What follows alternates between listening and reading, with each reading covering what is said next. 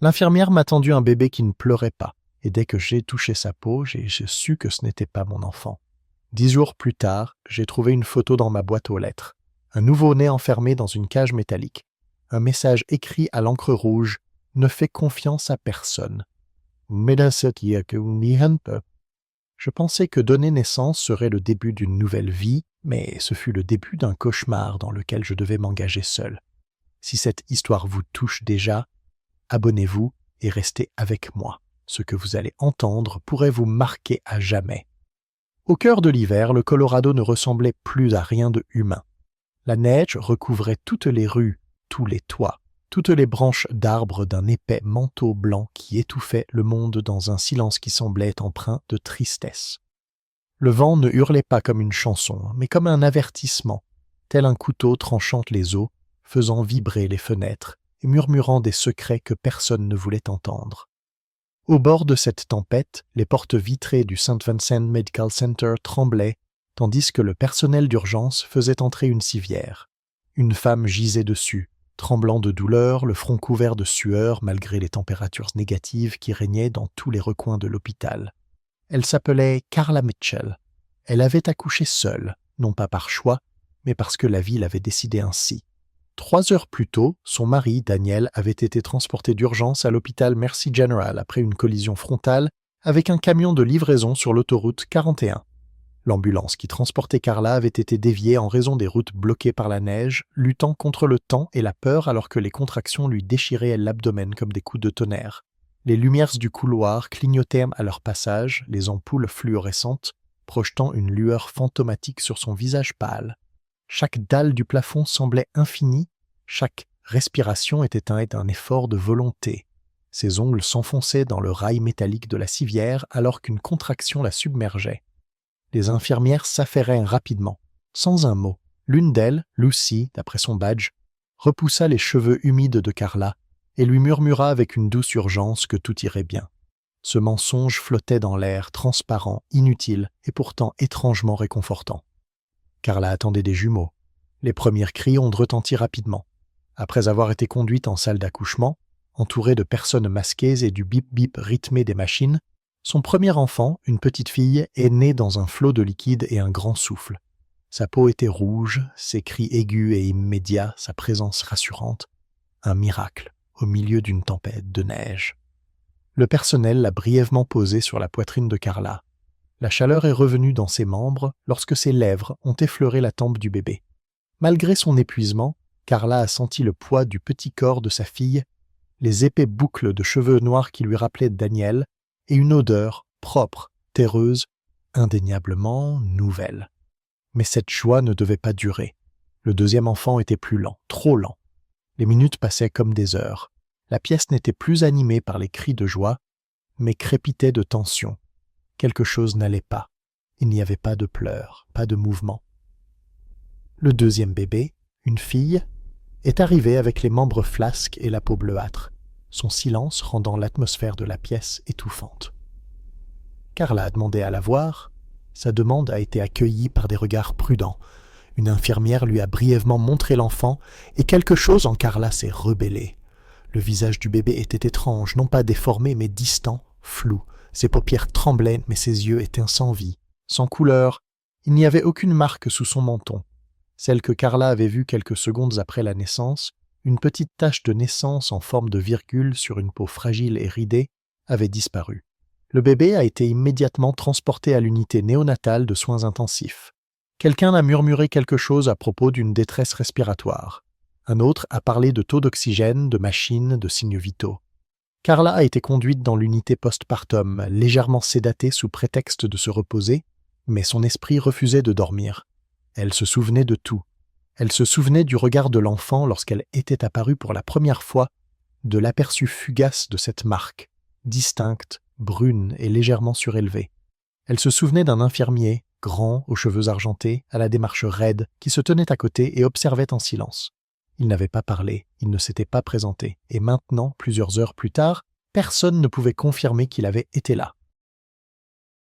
Dehors, derrière la fenêtre de l'hôpital, la neige continuait de tomber.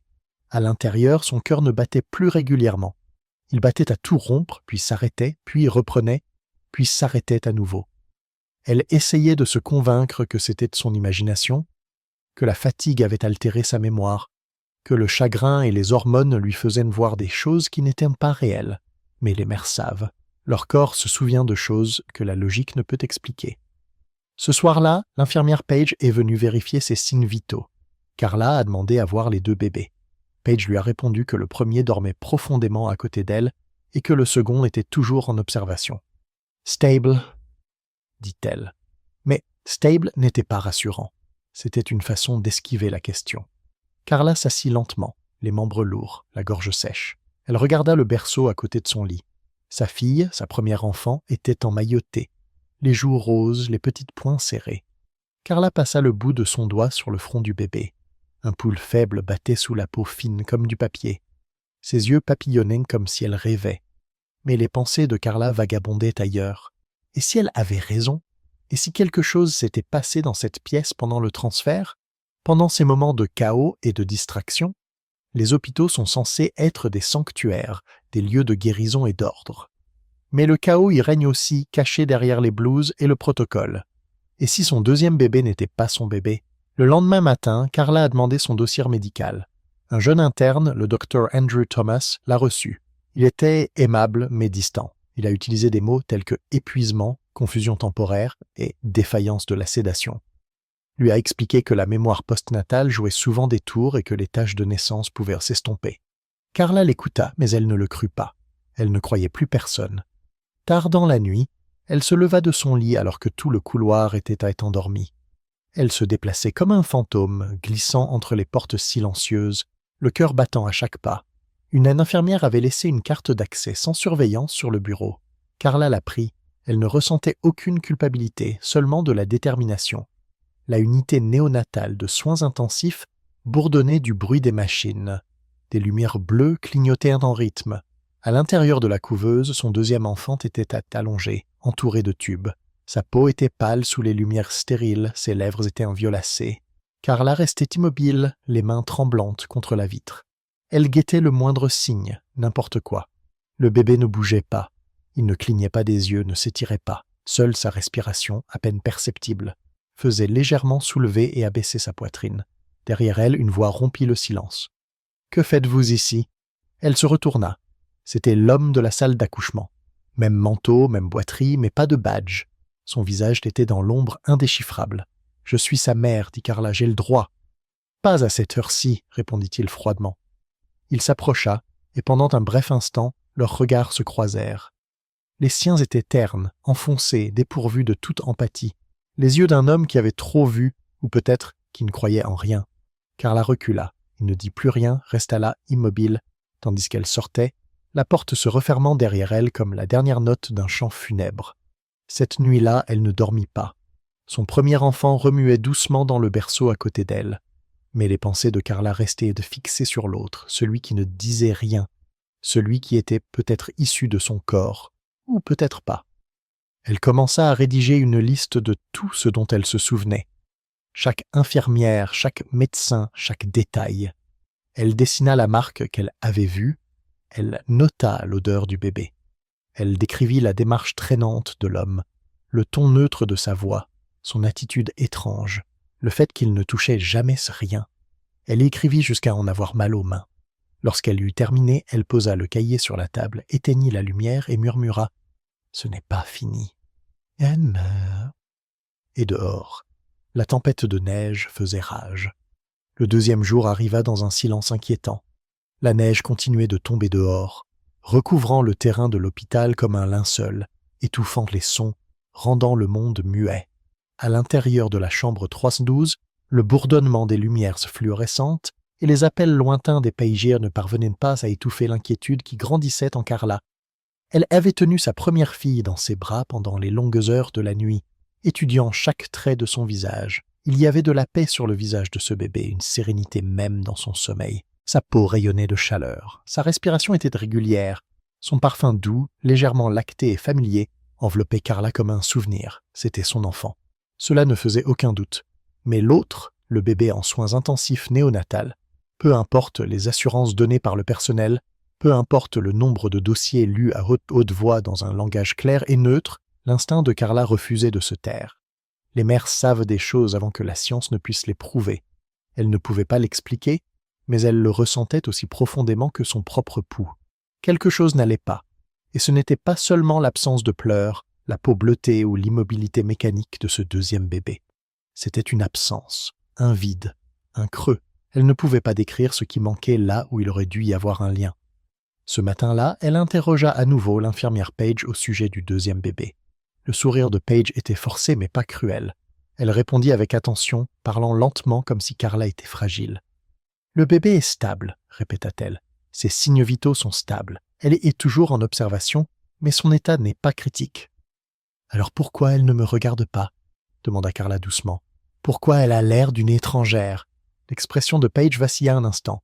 Un pli se forma entre ses sourcils avant de disparaître. « Je ne comprends pas ce que tu veux dire. » Mais Carla savait exactement ce qu'elle voulait dire. Ce n'était pas une question d'incertitude. C'était le fait de savoir trop clairement et d'être terrifiée par cette clarté.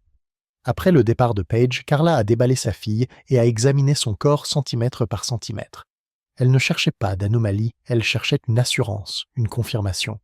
Elle cherchait la tache de naissance dont elle se souvenait, celle en forme de virgule sous le menton du deuxième bébé qui était absente chez l'enfant de l'unité néonatale de soins intensifs.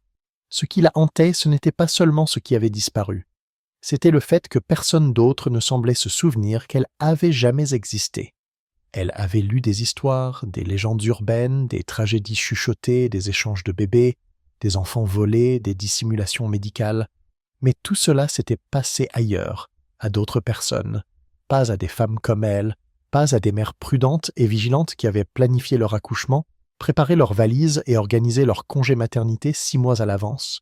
Et pourtant, elle était là, seule, méfiante, traitée comme si elle était en train de s'effondrer. En milieu de matinée, le docteur Andrew Thomas revint dans sa chambre. Il était plus jeune que la plupart des autres médecins et sa voix trahissait une sympathie prudente qui manquait aux autres. Il portait un bloc-notes, un dossier et quelque chose dans le regard qui ressemblait à de l'hésitation. Carla ne posa pas de questions tout de suite. Elle resta simplement assise, les bras croisés, la couverture drapée sur les genoux, le dos raide contre les oreillers. Elle le laissa parler en premier.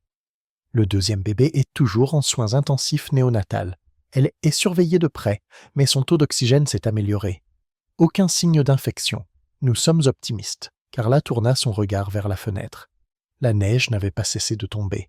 Elle se demanda si cela allait s'arrêter un jour. Il n'y a aucune trace d'une tache de naissance, continua Andrew en feuilletant le dossier. Ni dans les notes des infirmières, ni dans vos rapports d'admission. Cela ne veut pas dire que vous vous trompez. Il est possible que ce soit simplement une pigmentation à la naissance qui ait disparu. Répondit Carla. Je l'ai vu. Andrew marqua une pause. Nous sommes prêts à prendre de nouvelles photos si cela peut t'aider. Pour comparer les marques, nous pouvons même faire appel à un dermatologue pédiatrique. Je veux faire un test ADN. Andrew cligna des yeux. C'est une demande sérieuse, dit-il d'un ton légèrement différent. Cela nécessite des formalités administratives, le consentement de l'autre parent. Carla le regarda droit dans les yeux. Mon mari est en soins intensifs. Il ne sait même pas encore qu'il a 2 filles. Je suis leur mère, et je sais ce que j'ai vu. Si c'était de votre enfant, accepteriez-vous de garder le silence ? Il ne dit rien, mais il ne détourna pas le regard. Je vais voir ce que je peux faire, dit-il après un moment. Elle ne le remercia pas, non pas parce qu'elle n'était pas reconnaissante, mais parce que la vérité ne devrait pas nécessiter de permission. Ce soir-là, Carla appela Emily. Elle parlait à voix basse, presque dans un murmure, comme si les murs pouvaient l'entendre. Elle lui parla de la tache de naissance manquante, des yeux sans vie du bébé, de l'homme qui boitait, des dossiers qui avaient disparu. Elle ne demanda pas à Emily de la croire. Elle ne supplia pas pour obtenir confirmation. Elle lui a simplement raconté ce qui s'était réellement passé. Cette nuit-là, le sommeil ne vint pas. Carla resta immobile dans son lit, mais son esprit tournait à toute vitesse, revivant l'accouchement, ces instants fugaces où sa deuxième fille avait été retirée de son corps. Et quelque chose dans son regard semblait emprunté. Dehors, la tempête faisait rage sans relâche. La neige ne semblait pas vouloir s'arrêter et le vent faisait vibrer les vitres comme une voix qui essayait de parler. Ses mains agrippaient le bord de la fine couverture qui recouvrait ses jambes, comme si elle s'accrochait à quelque chose de tangible, de réel, dans un monde qui ne semblait soudain plus l'être. Emily avait promis d'aider, discrètement mais avec détermination. Elle allait consulter le registre du personnel sur les différents réseaux, examiner les signatures numériques et aider Carla à comprendre ce qui était inexplicable. Mais Carla savait que cette information seule ne suffisait pas. Elle avait besoin d'une preuve irréfutable, quelque chose que personne ne pourrait dissimuler. Elle avait besoin que la vérité coule sur le papier. Elle élabora donc un plan. À minuit, l'hôpital était redevenu calme, à l'exception du ronronnement des machines et du bourdonnement lointain provenant du poste des infirmières au bout du couloir. Elle attendait, regardant les lumières du couloir s'atténuer pour passer en mode veille. À son bureau, une infirmière s'était éloignée un instant, laissant sa carte d'accès sur un bloc-notes. Carla l'enleva sans hésiter, non par imprudence, mais par détermination. Elle se déplaçait dans le couloir comme une ombre, silencieuse, déterminée, invisible. Elle avait déjà mémorisé le chemin jusqu'à l'unité néonatale de soins intensifs. Chaque virage, chaque clignotement de lumière, chaque seconde qu'elle devait passer sans être vue. À l'intérieur, le deuxième bébé était allongé sous un cocon de fils, de moniteurs et de lumière bleue. Carla s'approcha lentement, le souffle court.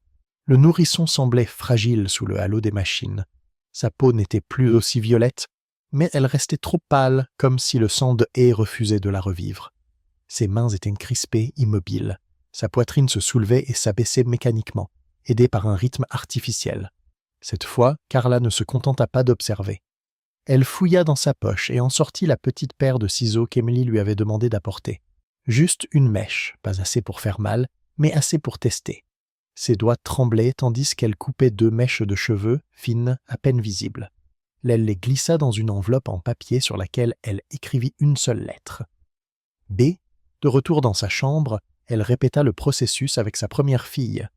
L'enfant remua légèrement dans son sommeil, la bouche tremblant dans un rêve à demi formé. Sa chaleur brûlait les doigts de Carla comme un souvenir. Elle coupa 2 mèches, les glissa dans une autre enveloppe. A. Puis elle attendit. Emily avait fait appel à un coursier discret, un employé d'un laboratoire indépendant qui lui devait une faveur. À 2h07 du matin, Carla descendit discrètement l'escalier de service, les enveloppes pliées cachées sous sa robe de chambre. Un homme se tenait près de la sortie de secours, vêtu d'un uniforme de livreur et d'une casquette de baseball enfoncée sur le visage. Il ne posa aucune question. Elle ne dit pas un mot. Le transfert s'est déroulé dans le silence et la rapidité, comme si l'on confiait un secret au vent. « Les résultats seront là dans 36 heures, murmura-t-il.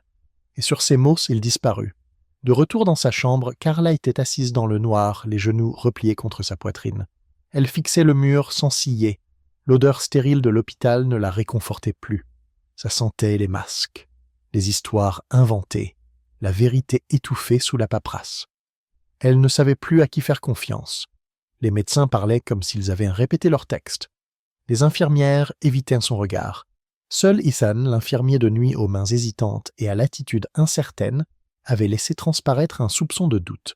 Elle réalisa que le doute était plus honnête que la confiance dans des endroits comme celui-ci. Ce matin-là, Ethan revint dans sa chambre. Il regarda autour de lui avant de parler. Sa voix était basse, à peine plus forte qu'un souffle. « J'ai vu quelqu'un laisser quelque chose devant ta porte hier soir. Un homme. » Carla se redressa. « Grand ? Il boitait un peu ? J'ai pensé que c'était peut-être un membre de la famille, mais il est resté là trop longtemps, il n'a pas frappé, il a juste laissé quelque chose et il est parti. » Le cœur de Carla se mit à battre à tout rompre. À quoi ressemblait-il ? Ethan secoua la tête. Je n'ai pas vu son visage, juste la façon dont il bougeait, comme s'il observait, évaluait, pas comme s'il rendait visite. Elle ne dit rien, mais la vérité s'épanouit dans sa poitrine comme un bleu. C'était le même homme, celui qui s'était tenu dans la salle d'accouchement. Silencieux et invisible, celui que personne n'avait admis avoir vu. Il n'avait pas disparu, il était toujours là, quelque part dans ce bâtiment, derrière un uniforme, une porte verrouillée ou un faux nom. Il observait toujours et attendait. L'enveloppe est arrivée juste après l'aube, le 3e jour. Elle était discrète, blanche, scellée dans un sac en plastique, glissée sous le plateau du petit déjeuner de Carla, comme s'il s'agissait d'un simple envoi du service de restauration. Mais elle savait bien de quoi il s'agissait. Ses mains se sont tendues vers l'enveloppe avant même qu'elle ne perçoive l'odeur des flocons d'avoine ou le tintement des couverts. L'enveloppe ne portait ni nom ni étiquette, juste un petit point rouge discret dans un coin, le signal silencieux d'Emily. Carla l'ouvrit délicatement. en prenant soin de ne pas le déchirer. À l'intérieur se trouvaient 2 feuilles imprimées, pliées avec la précision de quelqu'un qui comprenait l'urgence. Les mots se brouillèrent un instant avant qu'elle ne parvienne à stabiliser sa vision. Échantillon. Et compatibilité maternelle à 98%. Carla Mitchell, échantillon. B. Aucune correspondance biologique avec Carla Mitchell ou Daniel Carter, une correspondance dans la base de données. Introuvable dans les registres nationaux. Statut.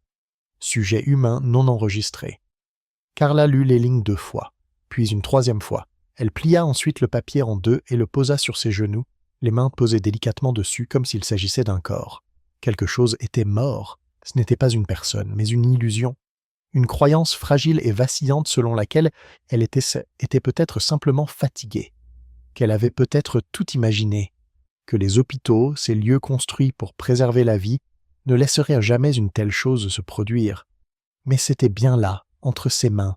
La vérité qui habitait ses os était désormais couchée sur le papier. L'un des bébés n'était pas le sien, et pas seulement cela. L'autre bébé n'appartenait à personne. Des implications s'enroulaient dans sa poitrine comme de la fumée dans une pièce fermée. Un enfant non enregistré signifiait plus qu'une simple erreur. Cela signifiait une intention. Quelque part, quelqu'un avait planifié tout cela, l'avait élaboré, conçu pour passer inaperçu. Mais il n'avait pas compté sur elle. Carla se leva lentement, s'appuyant contre le cadre du lit. Son corps était encore endolori par l'accouchement, les nuits sans sommeil, la peur qui s'était logée dans les articulations de sa colonne vertébrale. Mais tout cela n'avait plus d'importance. Elle glissa les papiers dans la doublure de sa robe d'hôpital et sortit dans le couloir. Elle ne frappa pas, elle n'attendit pas. Elle entra directement dans le bureau administratif au 4e étage, passa devant la réception et l'assistante surprise, jusqu'à se retrouver face à face avec Margaret Harris, la responsable des ressources humaines. La femme cligna des yeux, surprise, puis se ressaisit. « Puis-je vous aider, Andel Mitchell ?» Carla brandit l'acte de naissance signé par Valerie Grant.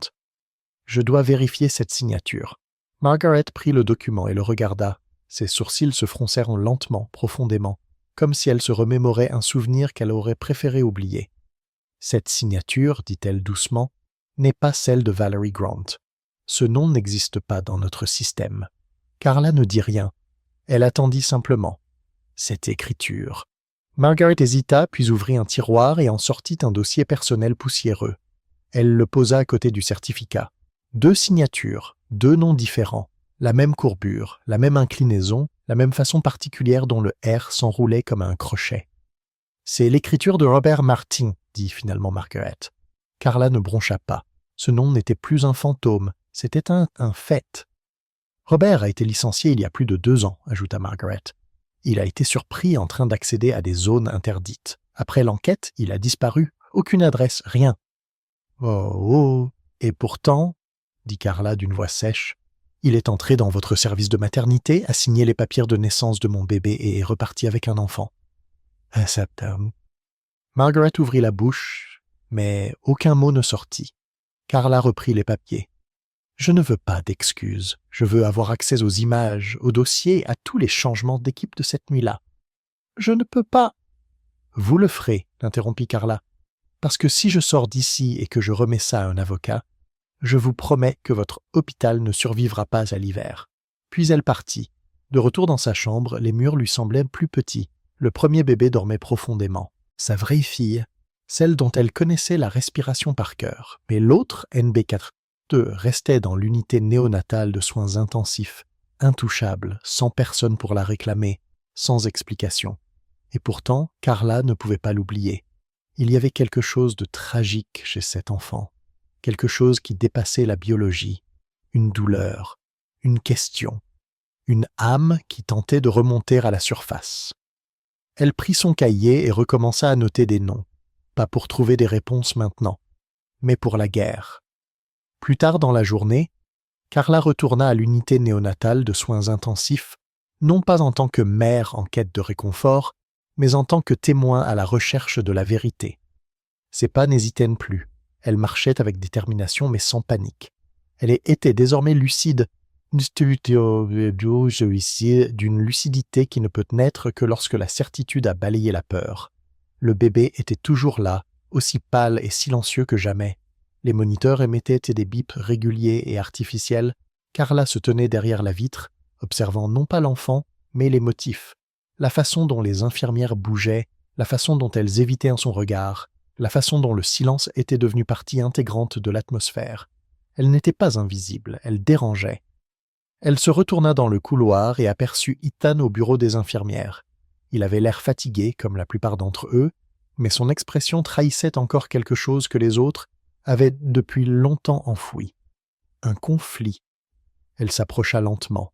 Il ne sembla pas surpris de la voir. « J'ai besoin d'un nom, » dit-elle doucement. L'homme qui a livré le colis, cheveux argentés, boiteux, équipe de nuit. Ethan ouvrit les lèvres, puis les referma. Il expira doucement. « Il n'y a personne correspondant à cette description dans notre liste du personnel, dit-il.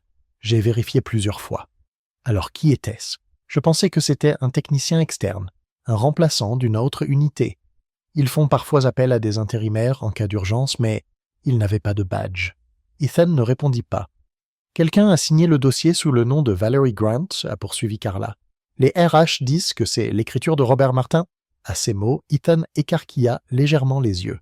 Pas assez pour s'alarmer, mais suffisamment pour confirmer qu'il avait reconnu quelqu'un. Je ne pensais pas qu'il reviendrait, murmura Ethan. Carla s'approcha d'un pas. Vous le connaissiez? Pas très bien, admit Ethan. Il était étrange, obsédé par le contrôle.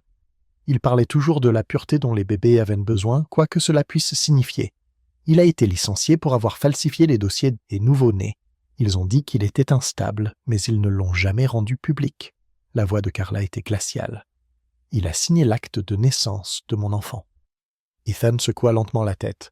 Personne n'était censé le laisser rentrer. Quelqu'un l'a fait. Il détourna le regard, le silence entre eux en disait plus long que les mots. Il y avait des fissures dans les murs de cet endroit, des endroits où le protocole ne passait pas, où les gens détournaient le regard parce qu'ils ne voulaient pas voir. Carla n'insista pas. Elle n'en avait pas besoin. La vérité était en train de se dévoiler. Ce soir-là, Emily envoya un message via le canal sécurisé qu'ils utilisaient. « J'ai trouvé quelque chose. Tu dois rencontrer quelqu'un. » Carla la retrouva 2 heures plus tard dans le parking souterrain de l'hôpital. L'endroit était sombre et résonnait du bruit lointain des générateurs. Emily était accompagnée d'une infirmière d'un autre service, la trentaine, les yeux cernés par de longues heures de travail, la voix faible. Elle s'appelait Bella. « J'étais là cette nuit-là, dit Bella. Pas dans votre chambre, mais de garde. J'ai vu cet homme. Il n'a parlé à personne, il est juste entré. Nous avons supposé qu'il était nouveau. Les remplaçants vont et viennent pendant les tempêtes. » « Quelqu'un lui a posé des questions ?» demanda Carla. Bella hésita. Personne ne voulait le faire. Il y avait trop de chaos, la tempête de neige, les accidents. Nous étions débordés. Carla serra les mâchoires. Il est donc entré. Et il est ressorti avec un bébé qui n'était pas le sien. Bella acquiesça, puis baissa la voix. Il y a plus. Elle fouilla dans son manteau et en sortit un papier plié. Un planning de travail annoté, des notes manuscrites bordèrent les marges. Ça date de cette nuit-là, murmura Bella. Il y a des cases vides là où devraient en figurer des signatures. Au moins 3 heures pendant lesquelles personne n'a rien noté. J'ai essayé d'en parler. Ils m'ont dit que le système l'avait buggé. Ils m'ont dit de ne pas m'inquiéter. Carla prit le papier. L'encre était maculée près des bords. Quelqu'un avait essayé d'effacer la vérité. Pourquoi tu me dis ça? Parce qu'ils me surveillent maintenant. Ils savent que j'ai posé des questions. Qui? Je ne sais pas, mais hier mes identifiants de connexion ont été bloqués. Je n'ai pas été autorisé à prendre mon service depuis. Carla la fixa du regard. Tu as peur. Bella acquiesça. Et tu devrais l'être aussi. L'appel arriva juste avant le lever du soleil. La voix d'Emily était creuse, tendue, inutile de se saluer. Pas le temps pour les politesses. Ces mots tombèrent comme des pierres dans la poitrine de Carla. Bella est morte. Le silence de Carla en disait long. Elle ne s'est pas présentée à son travail, a poursuivi Emily. Elle ne répondait pas au téléphone. Quand ils sont allés voir chez elle, la porte de son appartement était ouverte. Aucun signe de lutte, aucun mot. Elle avait simplement disparu. Carla était assise, immobile, sur une chaise de l'hôpital, une main posée sur le berceau de sa fille, l'autre agrippée au bord de la couverture. Son pouls battait comme un deuxième cœur. Et le registre des cartes de travail qu'elle nous a donné? demanda Carla. Il a été supprimé du serveur de l'hôpital ce matin, effacé sans laisser de traces. Carla expira par le nez, calmement mais brusquement. L'espace autour d'elle se refroidit, se resserra, comme si la pièce elle-même s'était retournée contre elle. Ce qui n'était autrefois que paranoïa se transformait désormais en preuve. Le doute n'était plus seulement le sien. Il avait pris forme, un nom, un schéma. Quelqu'un effaçait les traces. Après l'appel, Carla se déplaça sans faire de bruit. Elle s'habilla avec détermination, se coiffa, glissa les résultats du test ADN dans la doublure de son sac et enveloppa sa petite fille dans une couverture propre. Elle la nourrit lentement, méthodiquement, observant le visage du bébé à la recherche du moindre signe, du moindre changement qui pourrait lui indiquer que le monde était encore capable de douceur. Elle ne faisait plus confiance à l'hôpital, mais elle ne pouvait pas partir.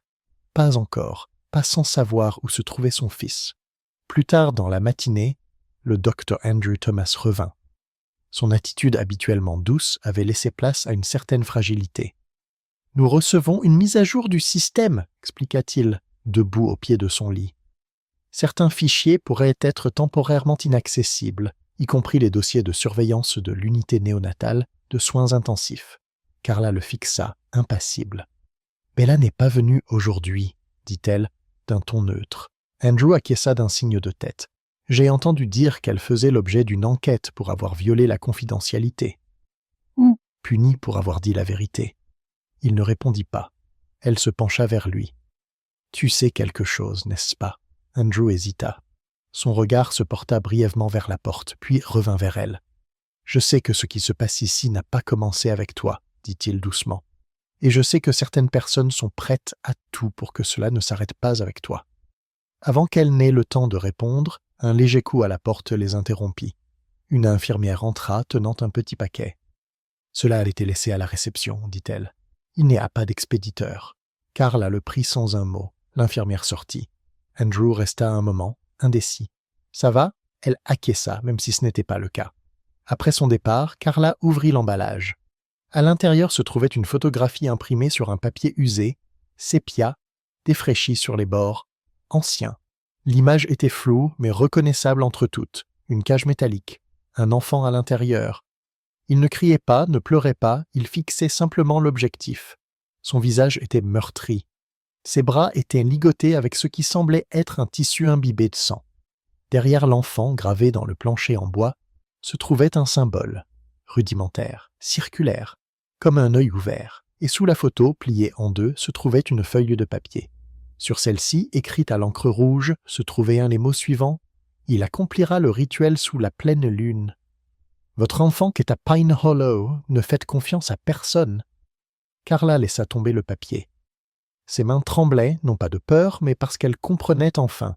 Il ne se contentait pas de cacher quelque chose. Il préparait quelque chose. Carla ne dormit pas cette nuit-là. Elle fixait le plafond tandis que le vent hurlait à l'extérieur de la fenêtre de l'hôpital, ses doigts se crispant et se décrispant autour du message maculé de sang. L'image du bébé meurtri derrière les barreaux de fer refusait de quitter son esprit. À l'aube, elle appela Emily. Sa voix était étouffée, presque respectueuse. « Il y a un symbole sur le sol dans la photo, dit-elle. Je ne l'ai jamais vu auparavant. On dirait un œil. » Il y eut un long silence à l'autre bout du fil. Le ton d'Emily changea. Elle n'était plus seulement inquiète, mais effrayée. « Carla, murmura-t-elle, j'ai déjà vu ce symbole. » Carla se redressa lentement. « Dans un dossier psychiatrique archivé, poursuivit Emily, une infirmière a été licenciée il y a des années d'un établissement près de Denver. Le patient s'appelait Robert Martin. Ce nom frappa Carla comme un coup de poing dans l'estomac. Emily l'y lut à haute voix sur son écran.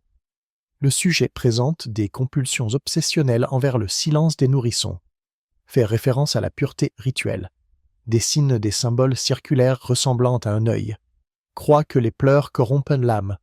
Carla se leva. Ses genoux tremblaient, mais elle était plus concentrée que jamais. « C'est lui, » murmura-t-elle. « C'est lui qui a enlevé mon fils. » Emily l'a confirmé. Robert Martin a été vu pour la dernière fois dans une région boisée isolée près de la frontière canadienne, un endroit oublié appelé Pine Hollow, hors réseau, sans routes officielles.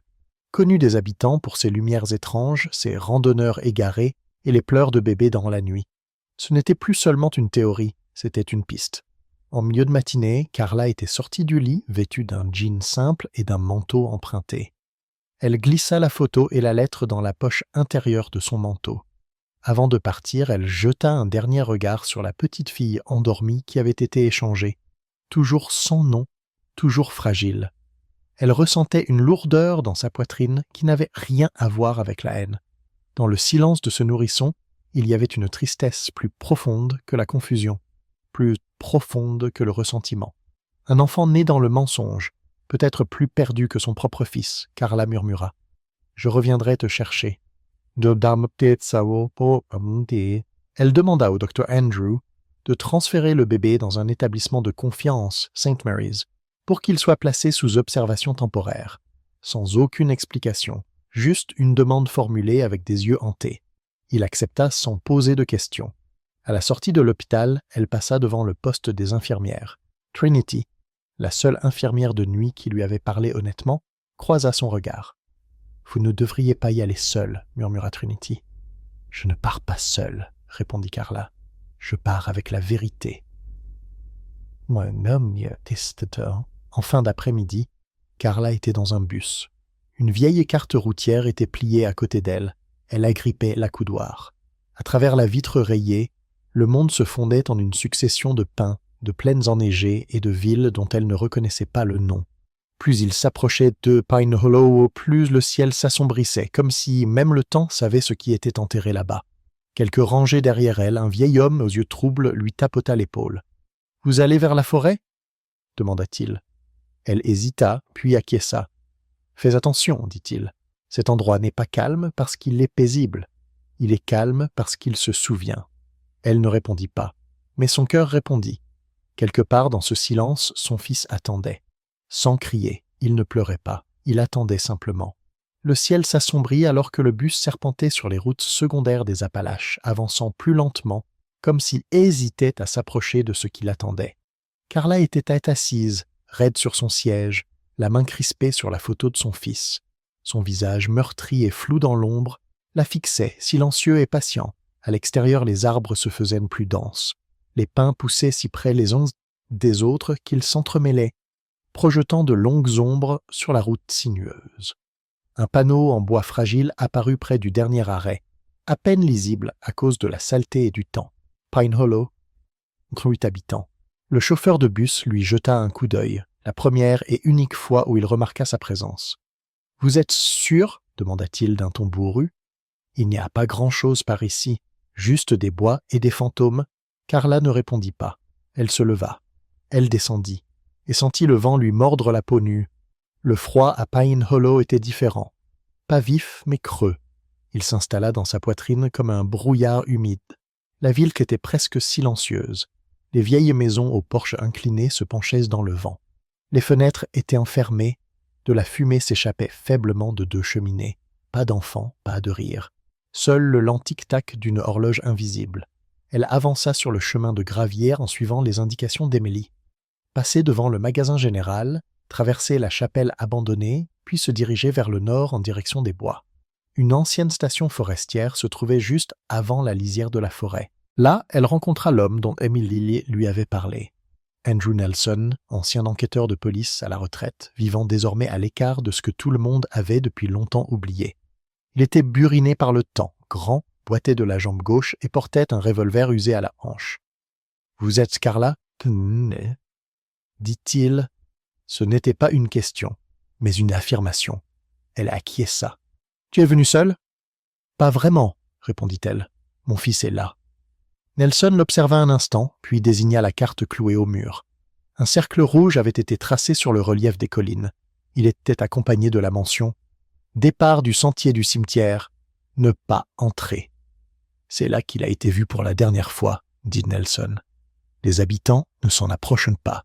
Ils disent que l'air change après le 3e kilomètre. Ils entendent des pleurs qui ne sont pas les leurs. » Carla leva les yeux. « Vous m'y emmènerez ?» Il hésita. Puis, lentement, il décrocha une clé d'un crochet. Une vieille clé en laiton, froide au toucher. « Non, » dit-il, « mais je vais te montrer comment commencer. » Cette nuit-là, elle resta dans la cabane du garde forestier. Elle ne parvint pas à dormir. Elle repassait dans sa tête le bruit de la respiration de son fils, ou du moins ce dont elle se souvenait, comme une berceuse à laquelle il manquait des notes. Dehors, le vent soufflait dans les arbres comme des voix emprisonnées sous l'écorce. À l'aube, Carla s'enfonça dans la forêt. Le sentier se rétrécissait rapidement, englouti par les pins et le gel. Ses bottes craquaient sur de fines plaques de glace. Des traces d'animaux s'éloignaient du chemin. Même eux savaient qu'il valait mieux éviter cet endroit. À mi-chemin du premier kilomètre, elle passa devant le vieux cimetière. Les pierres tombales étaient effritées, les noms presque effacés, mais l'une d'elles se dressait plus haut que les autres, gravée d'un symbole. Le même symbole que sur la photo. La même marque dessinée avec du sang, un avertissement et une invitation. Au-delà de ce point, le vent se calma, si calme qu'elle sursauta au bruit de sa propre respiration. Les arbres se rapprochaient les uns des autres, formant un tunnel sombre. Au loin, quelque chose craqua comme du bois, ou un os. Carla s'arrêta. Le silence n'était plus vide, il était à l'écoute. Plus elle s'enfonçait dans la forêt, moins le monde lui semblait réel. La forêt n'était pas simplement dense, elle se refermait sur elle. Les branches se courbaient comme des doigts au-dessus du sentier. Le sol était mou et froid sous ses bottes. Chaque respiration qu'elle prenait semblait trop bruyante. Même les oiseaux s'étaient tus, leurs chants étouffés par quelque chose d'invisible. Au bout de 3 kilomètres, la lampe torche de Carla se mit à clignoter. Les piles étaient neuves. Cela n'aurait pas dû arriver. Pourtant, le faisceau vacillait comme un cœur défaillant. Elle s'arrêta pour boire dans la gourde en métal qu'Émilie avait préparée, mais même l'eau avait un goût étrange ici, légèrement métallique, comme si elle était restée trop longtemps dans le silence. Autour d'elle, l'air sentait la mousse humide. Et autre chose, la décomposition. Pas la mort récente, mais celle qui s'attarde dans les caves oubliées et sous les tombes anonymes. Elle était proche. Puis, entre les arbres, elle l'aperçut. La cabane. Elle était exactement comme on la lui avait décrite. Du bois pourri, des portes enchaînées, une fenêtre cassée scellée avec un tissu moisi. Mais ce qui l'effraya, ce n'était pas sa présence. C'était le fait qu'il n'y avait pas de neige autour. Pas de givre. Le froid évitait cet endroit, comme si même le temps savait qu'il devait rester à l'écart. Carla fit le tour de la cabane, le cœur battant à tout rompre. Ses mains tremblaient lorsqu'elle sortit le pied de biche de son sac. Elle évita la porte d'entrée, trop évidente, et chercha plutôt un point faible. À l'arrière, derrière des poutres effondrées, elle la trouva. Une trappe, à moitié enfouie sous des feuilles et des planches pourries. Ses scans étouffèrent le bruit du métal contre le bois lorsqu'elle la souleva. Chaque clou criait en signe de protestation. Avec un dernier grognement, la trappe céda.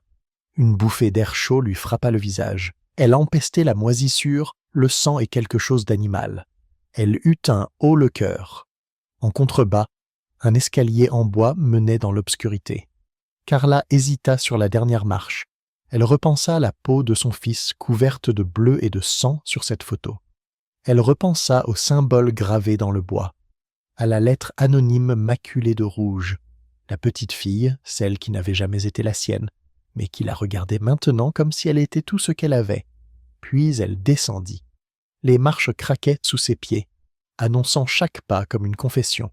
Au fond, la cave s'ouvrait sur elle, un théâtre grotesque de rituels oubliés. Les murs étaient tapissés de photographies épinglées, toutes des nouveau-nés, tous ligotés.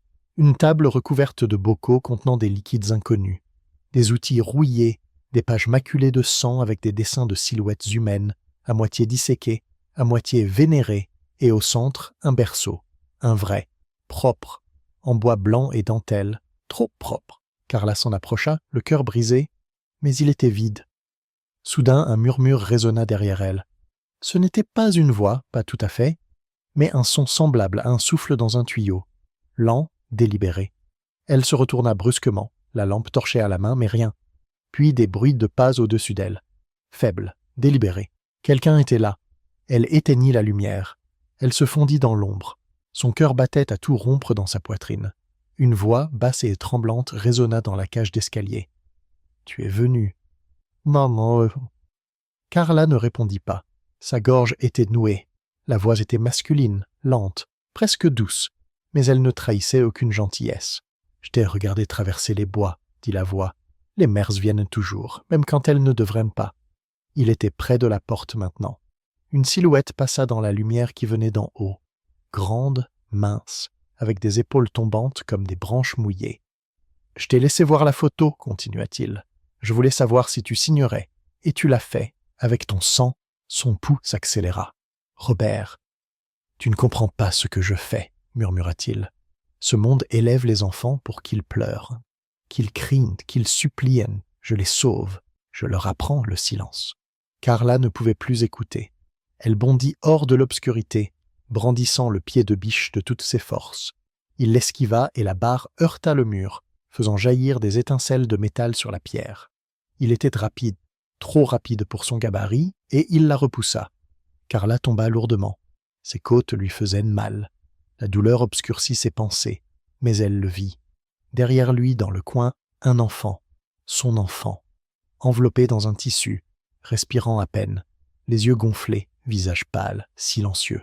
Pas de larmes. Carla a crié son nom. Le garçon ne bougeait pas. Robert s'est placé devant lui. « Si tu l'emmènes maintenant, il ne finira jamais son apprentissage. Il pleurera toujours, il souffrira toujours. » La voix de Carla se brisa. « Alors je souffrirai avec lui. » Et elle chercha le couteau dans son manteau.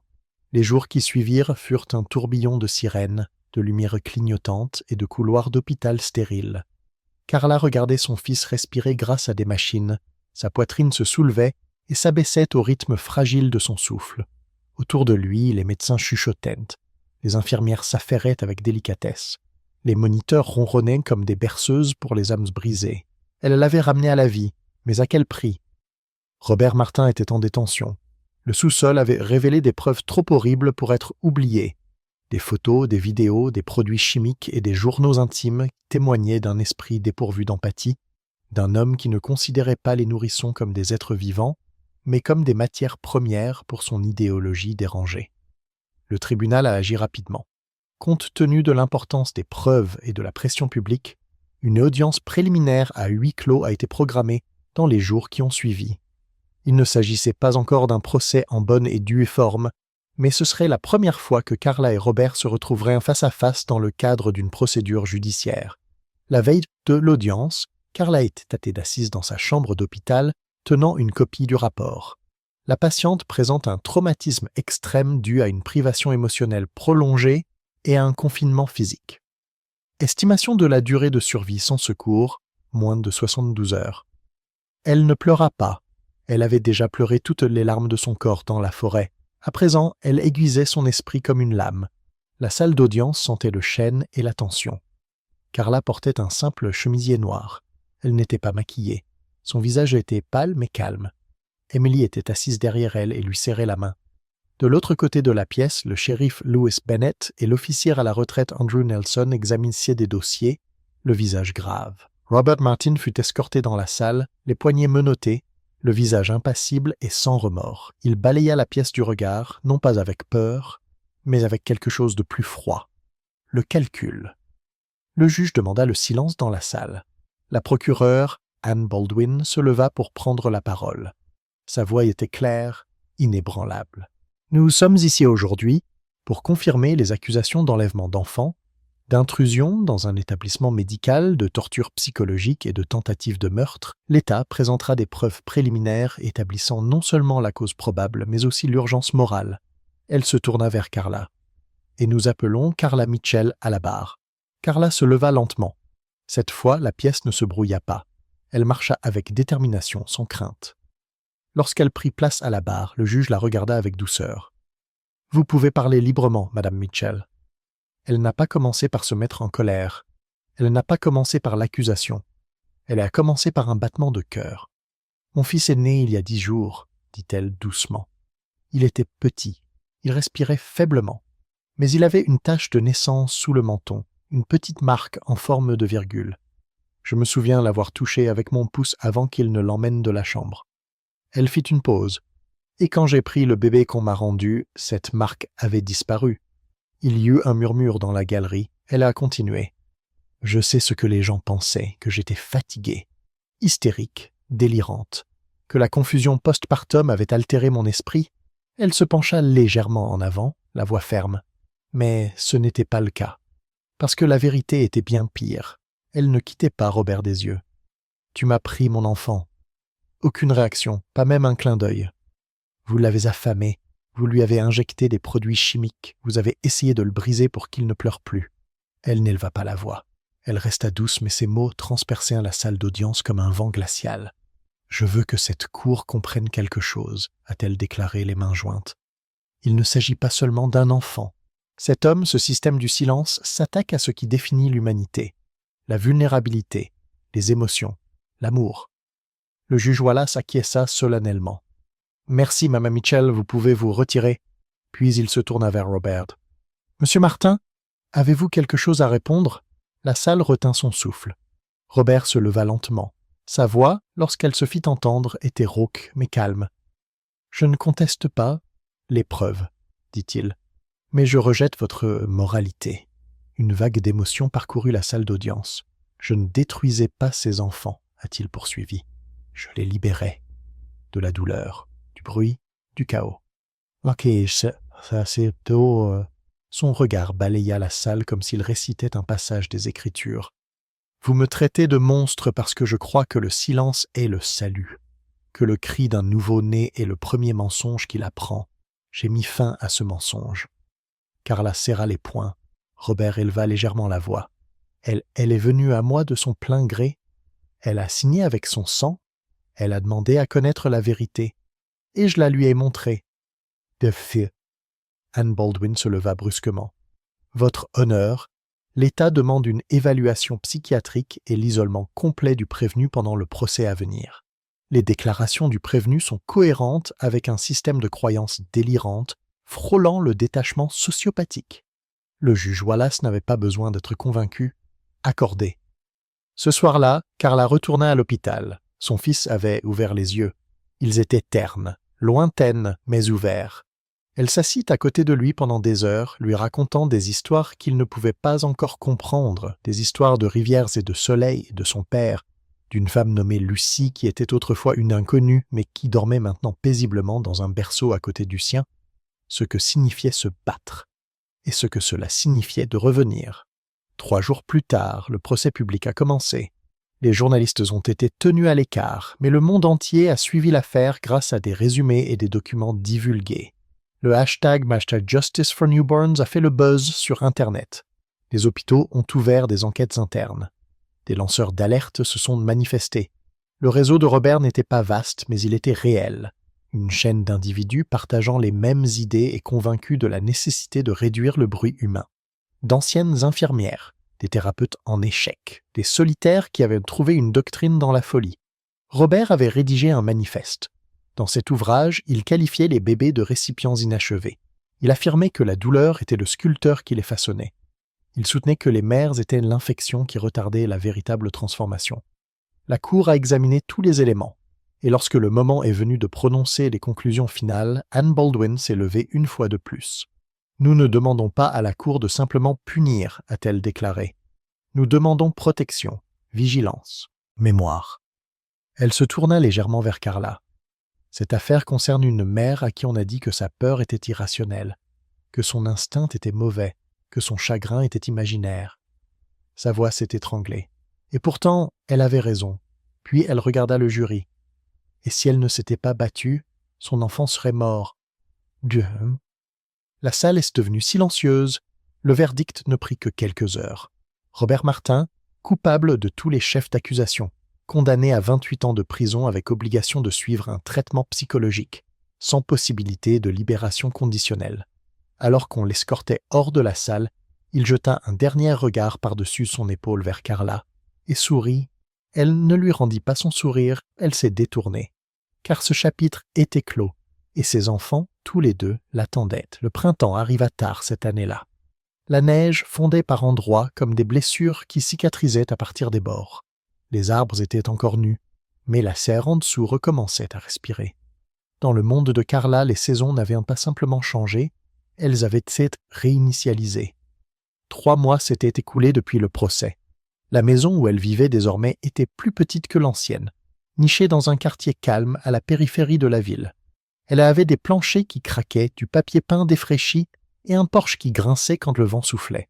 Mais elle avait aussi des fenêtres qui laissaient entrer le soleil du matin, et des pièces où résonnaient des rires doux, hésitants, mais bien réels. Lucie, la petite fille qui avait autrefois été qualifiée d'erreur, se promenait désormais à petits pas, les yeux écarquillés et curieuse. Elle ne parlait toujours pas, mais elle avait commencé à fredonner, un son grave et rythmé qu'elle émettait lorsqu'elle était assise près de la fenêtre. Personne ne le lui avait appris, elle l'avait simplement découvert. Carla avait autrefois craint de ne jamais pouvoir aimer Lucie, que le fait de savoir comment elle était entrée dans sa vie entacherait à jamais leur lien. Mais cette crainte s'était dissipée, remplacée par quelque chose de plus profond que la biologie, la présence. Lucie était là, elle a cherché Carla au milieu de la nuit. Elle a souri quand elle l'a prise dans ses bras. Elle s'est blottie contre son épaule comme si elle était chez elle. Et cela suffisait.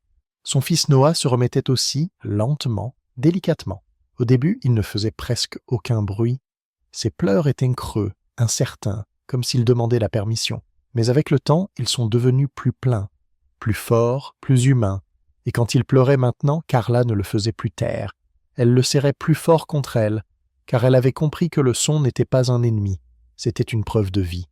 Les visites au centre de traumatologie étaient hebdomadaires.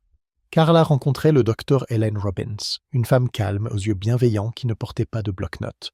Leurs séances n'étaient pas remplies d'analyse, elles étaient remplies d'espace. De l'espace pour respirer, pour se souvenir, pour ne pas aller bien.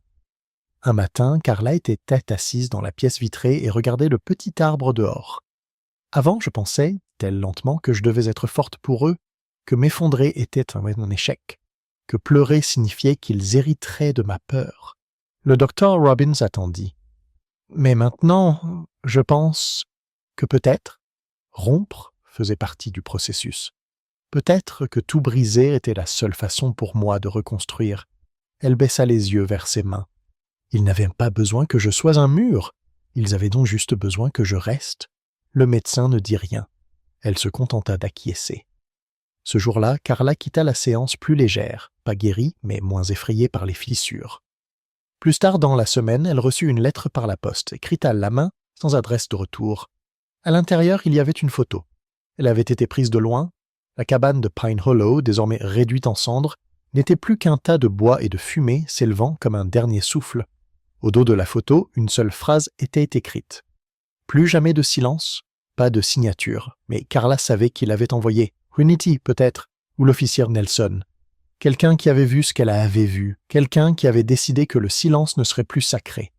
Elle plia la photo et la rangea dans le tiroir à côté de son lit, non pas comme une menace, mais comme une promesse. En juin, Carla mena les enfants au parc. C'était la première fois que Lucie voyait un étang. Elle courut vers lui à grands pas, trébucha une fois, puis rit. Elle rit de bon cœur lorsqu'elle vit son reflet onduler dans l'eau. Carla était assise sur un banc à proximité, Noah endormi contre sa poitrine, enveloppé dans une couverture douce. Une femme s'approcha, âgée, tenant un livre et une canne. « Quels beaux enfants !» dit la femme. Carla sourit. « Oui, ils le sont. » La femme acquiesça. « Vous savez, dit-elle doucement, la plupart des gens pensent que la naissance est le commencement. »« Mais ce n'est pas vrai. » Carla la regarda. « C'est ce qui vient après la rupture, » poursuivit la femme. « C'est là que tu nais, quand tu as vu ce qui ne peut être effacé, quand tu choisis d'aimer malgré tout. » Oui. Puis elle s'éloigna, laissant derrière elle un parfum de lavande. Ce soir-là, Carla s'assit près de la fenêtre, ses deux enfants dans les bras. Lucie s'était endormie sur ses genoux. Noah remuait légèrement dans son écharpe, les doigts recroquevillés. Elle les regarda. Vraiment, deux enfants, l'un né d'elle, l'autre né de la douleur, mais tous deux étaient désormais les siens, complètement. Elle murmura une berceuse dans le silence, non pas pour les faire taire, mais pour bénir le bruit. Dehors, les étoiles clignotaient dans le ciel. À l'intérieur, Carla sourit doucement et prononça les mots qui lui avaient autrefois semblé impossibles. « Nous sommes à la maison. » Toutes les mères ne retrouvent pas leur enfant. Tous les enfants n'échappent pas à l'obscurité. Mais parfois, contre toute attente, l'amour triomphe. Ce n'était pas seulement une histoire de peur ou de perte, c'était une histoire d'instinct, de courage, de la force tranquille d'une femme qui refusait de se taire. Et peut-être, quelque part dans cette histoire, vous avez ressenti quelque chose, vous aussi.